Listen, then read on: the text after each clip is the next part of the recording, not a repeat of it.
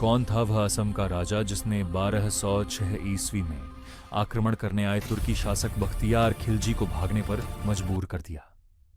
अहोम युग से पहले असम की प्राचीन भूमि पर एक ऐसा वीर शासक हुआ जिसका नाम था पृथु राजा।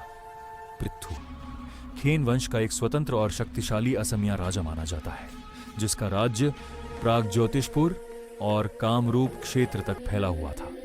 पृथु राजा केवल एक योद्धा नहीं था, बल्कि अपनी धरती, अपनी प्रजा और अपनी अस्मिता का सच्चा रक्षक था।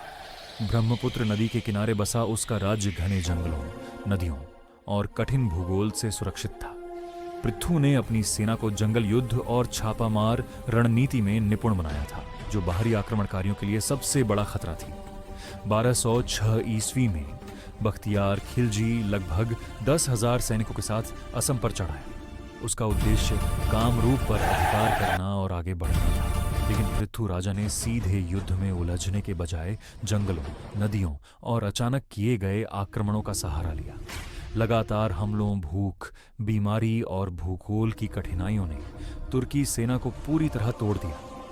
कहा जाता है कि जब बख्तियार खिलजी असम से लौट रहा था, तब उसकी विशाल सेना में से 100 सैनिक भी जीवित नहीं बचे थे। यह विजय केवल एक युद्ध नहीं थी, बल्कि असम की स्वतंत्रता और अस्मिता की रक्षा की घोषणा थी। पृथु राजा का यह शौर्य